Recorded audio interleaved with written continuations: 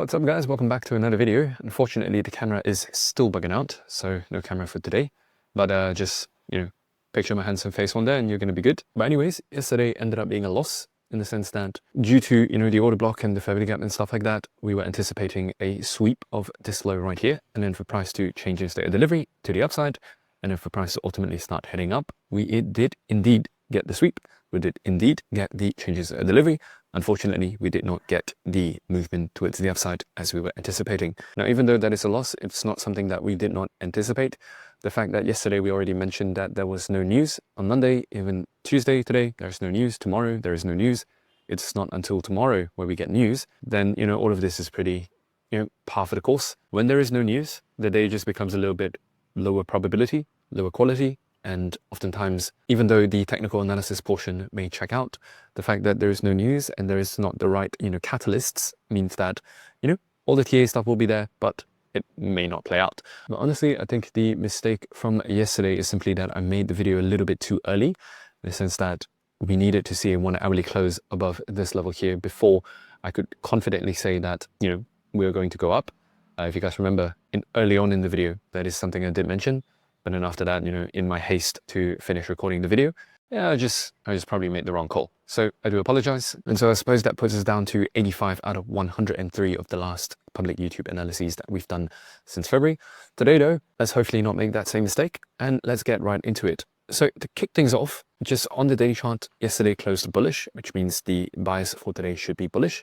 But the fact that we got so close to filling in this weekly fair value gap right here without actually filling it means that I'm really anticipating like just a second, down move to fill in the fair value gap before we get some kind of upside movement. If you take a look here, yesterday we already mentioned the fact that there is a weak low right here that could be swept right above the fair value gap. So you'll sweep out the liquidity, trick everyone into thinking the market's going lower, fill in the fair value gap before you start having upside continuation on Bitcoin. And so basically this is still on the table. Even though yesterday closed bullish, I wouldn't be too quick to jump into bullish positions right away. Now, secondly, if we really try to break down exactly what went wrong yesterday in terms of just price action, like I kind of already hinted at this before, but we did not get a 1 hourly confirmed change in state of delivery. Now, yes, you could argue that from this point onwards, it is already in bullish order flow. However, until you break above this order block, basically, you cannot say, confidently, undeniably that, hey, you are already in bullish order flow. Okay, so that was the mistake that we made yesterday. I did mention it, but I think I just didn't mention it enough times. And so I think a lot of you actually ended up taking this trade once this happened and you guys lost. And so I'm going to just take responsibility, call it a loss. But then today, I think we're also kind of getting the same situation in the sense that this at the moment is a bearish order block, right? Let me just remove all of this stuff now. So this is a bearish order block that needs to be closed above before you can confidently say that, hey, the CSD is undeniable. Until you get this happening though, I wouldn't be too quick to call along, even though, right, okay, even though we already have a 1 hourly change in state of delivery. So if you're going to take along, this is going to be your invalidation, right? You want to see price come into here, potentially even just retesting the top of this, to continue upwards, taking out this level and taking out this level right here. In fact, time to remove that CSD. The target for today in terms of the long side could be 119,700. That's going to be an optimistic scenario. However, because of the fact that I'm recording this video very early today, we do not yet have those confirmations. Now, the other likely outcome for today, given the fact that we have identified this previous week low right here, and the fact that yesterday you have now formed relatively equal lows over here, right before a weekly fair value gap, I'm going to say that today could be some kind of an AMD, in the sense that this is your Asia, this is accumulation, London as manipulation, tricking everyone into thinking, oh yeah, you got the 1 hourly changes to delivery, blah, blah, blah, blah, like price is going to go up. In fact, this is just manipulation and price is going to reverse pretty quickly and then distribute towards the downside, targeting 115,700. So that is the scenario that I'm having my eye on. And the conditions for this to happen is that you need to see a 1 hourly a 5 minute change in state of delivery, or at the very least a 15-minute one. So for example, this right here is a bullish order block, right? What you want to see is for this bullish order block to get invalidated, basically broken below. You're going to see price, kind of retracing. It doesn't need to be at the order block, but you just want to see price retrace. And then for another, kind of like break in order flow, break in structure, whatever you want to call it. If you see this anytime between 7 to 10 a.m. New York, or potentially even starting as early as 6 a.m., then you're going to be all good for a AMD.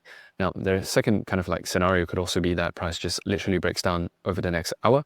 So you know, the hours between 5 to 6, maybe 5 to 7, you're going to do that retrace, and then you're going to continue heading downwards.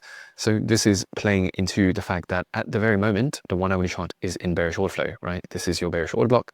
Price breaks down, comes up, fails to break above this order block and starts breaking lower instead. This becomes your new bearish order block that price needs to invalidate. And in this case, like if you just start breaking lower from here, it means that price is getting rejected off of that bearish order block once more, and it's going to head down. Target for today is already like pretty straightforward right here, 115,600. If price continues to go downwards though, you could potentially be looking at 115,200. Now, a very important note that I do need to make is the fact that today is a non-news day, which means that in terms of probability and in terms of the type of trading day today is, it's not necessarily the best day, right? So if you're going to trade today, one, ensure that all of the conditions that I've mentioned are undeniable, in the sense that you really want to wait. If you really want to be cautious and wait for these confirmations before you jump into any trades. And if you do jump into a trade, you just understand that it may not play out. And so potentially you can do two things. One, set your stop to break even once you're up by 1 hour, potentially take profit at 2 hour, potentially take profit at this target right here if it actually plays out instead of waiting for this one, because today is on a news day. Maybe go half risk, right? Both are worth doing. Anyways, just to illustrate this concept right here about systems, I'm going to show you a little board that I made for Bootcamp, which, by the way, if you'd like to work with me one-on-one to get from where you are right now to trading with confidence over the next 60 days, feel free to click the first link in the description box below. Otherwise, this is a little illustration that I've tried my best to create on systems theory. Essentially, you go from input, which is, you know, what you decide to do with the raw data in the markets, right? You take data from the markets, you go through a process. This is your trading system, right? Well, step 1, 2, 3, 4, 5. In this case, my system is pretty straightforward, right? From the daily chart, you identify the bias. On the 1 hourly chart, you identify order flow. And on 5 minutes, you also identify order flow. And if all three are aligned, that is the system. And if you take the right inputs and if you follow the right process, most of the time you will get the right output. And of course, the feedback loop is your journaling. And most importantly, this is something that a lot of people tend to just completely disregard, which is the environment, right? You cannot control your environment, but you can account for it. And in this case, we can account for the fact that today is a non-news day by playing it accordingly. These are just some core tenets that we teach inside Bootcamp. But anyways, just on another note, for all of you who have watched until this point so far, I'm going to talk a little bit about Altseason. Right now, I know altcoins are on everybody's mind, and it is for the right reasons, and rightfully so, because this is where most of the gains are being concentrated at the moment. If you take a look at Bitcoin dominance, like it's finally starting to fall for the first time in a while, right? If you take a look at Bitcoin dominance, this is the biggest drop in Bitcoin dominance in pretty much since like November of 2024, right? So for the past 7 months, this has been the best week in terms of altcoin performance so far. Now, what are the important things that you guys need to know? Well, for starters, the main top gainers so far from last week, in the last couple of weeks basically, have been Solana, they've been XRP, they've been BNB, they've been the large caps. The lower caps are not performing as well, outside of like Dogecoin. But if you take a look at others, Pengu is also doing really great because of the announcements. But if you take a look at meme coins, large cap meme coins, mid cap coins, they're doing all right. And if there's one thing you need to understand about crypto is that money flows in cycles. You go from Bitcoin down to ETH, down to Solana and XRP and BNB and basically all of your large caps, and then you move into your mid caps, right? Which means that right now we are at this phase of the cycle so far, right? Potentially even this one, which means that this one is going to be the next phase of the cycle. So you want to position yourselves accordingly and not try to catch the whatever is hot right now, right? Sure, go for it. At the moment, if you missed this move already, you're basically like 50% behind already at this point, right? Solana started at $130 just a month ago. It is now up 50%. This is a large cap point. XRP, just 2 weeks ago, it is already up 50%. So chances are on these large cap coins, there is a lot of market cap that needs to be moved in order to, generate substantial gains. So it is maybe in your best interest to start researching what are the mid-cap coins that you want to look at for this next leg up when we get into mid-cap season.